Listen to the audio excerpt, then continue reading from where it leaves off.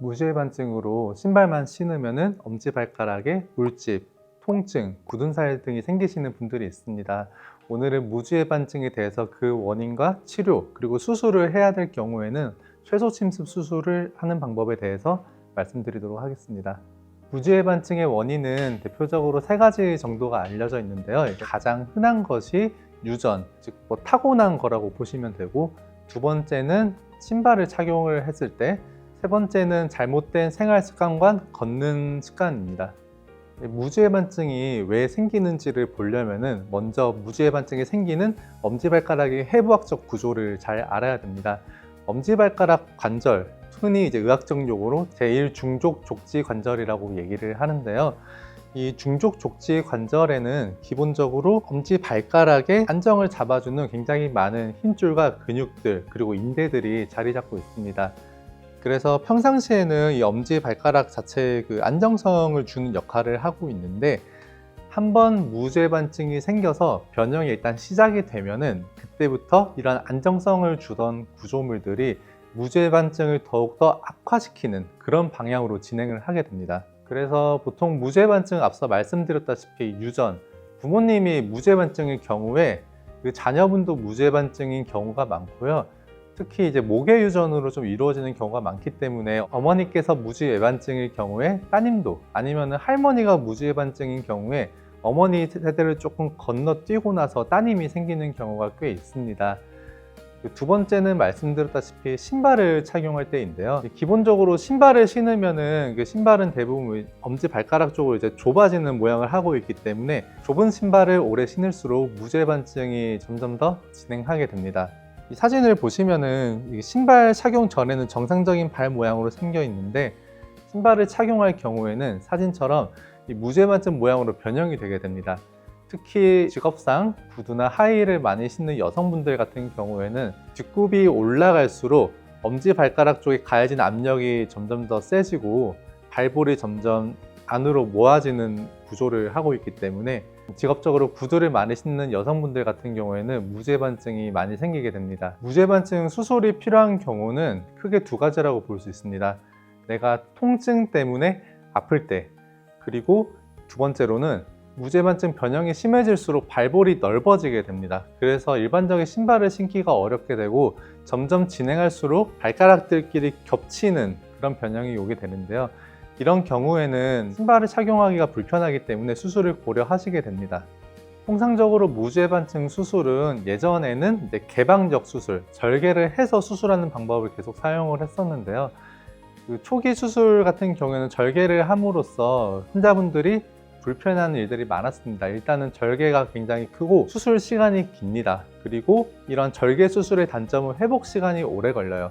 기존에 하던 절개 수술과 비교해서 최소 침습 수술의 장점은 바로 회복이 빠르다입니다.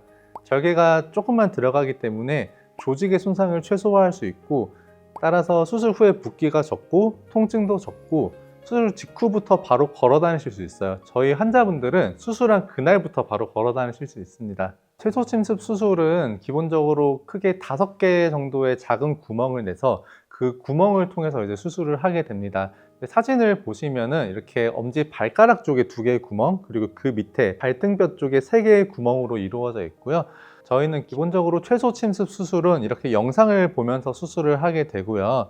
이 절골 부위를 저희가 먼저 확인을 한 다음에 구멍으로 특수한 기구를 넣어서 뼈를 자르게 됩니다. 이것을 절골술이라고 얘기를 하고요.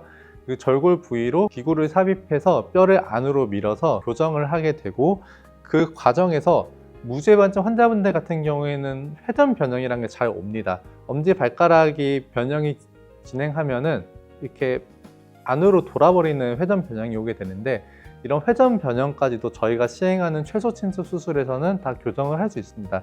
그래서 엄지발가락을 안으로 밀어주면서 동시에 돌려버리면서 회전 변형까지 교정을 해주고요. 그러고 나서 다른 구멍 2개를 통해서 나사못으로 고정을 하게 됩니다. 그렇게 해서 제일 큰 뼈, 첫 번째 중족골을 교정을 할 수 있고요.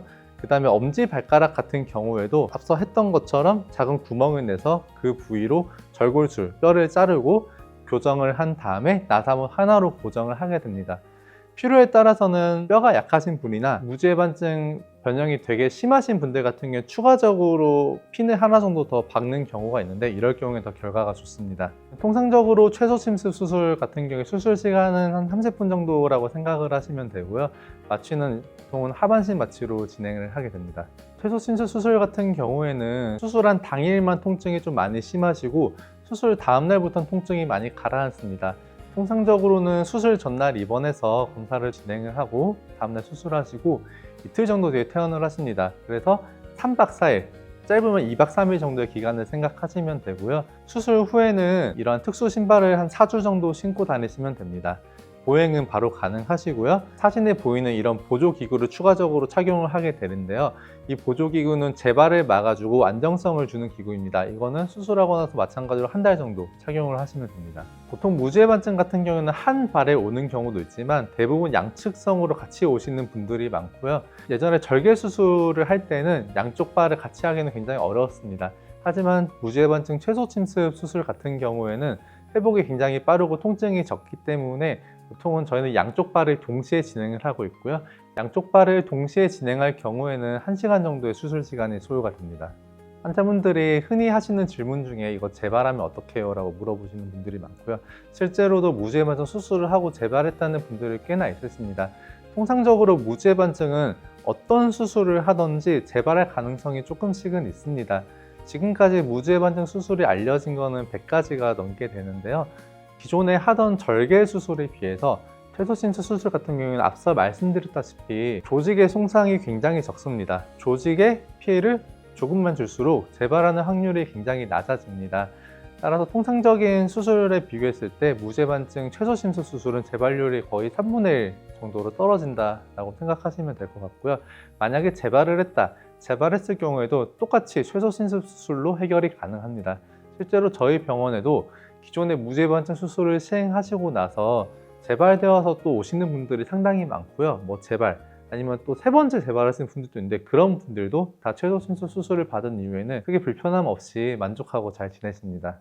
무지해반증 수술을 할 때 저희가 반드시 나사를 박아야 됩니다. 그럼 그 나사를 제거하냐 안 하냐, 이거는 사실은 그 수술하는 의사의 그 스타일에도 조금 차이가 있기는 하지만, 통상적으로는 이제 나사못이 들어가 있으면은 이것들이 이제 몸에 남아서 염증 반응 같은 거 좀 일으킬 수 있고 불편감을 좀 느낄 수도 있고요.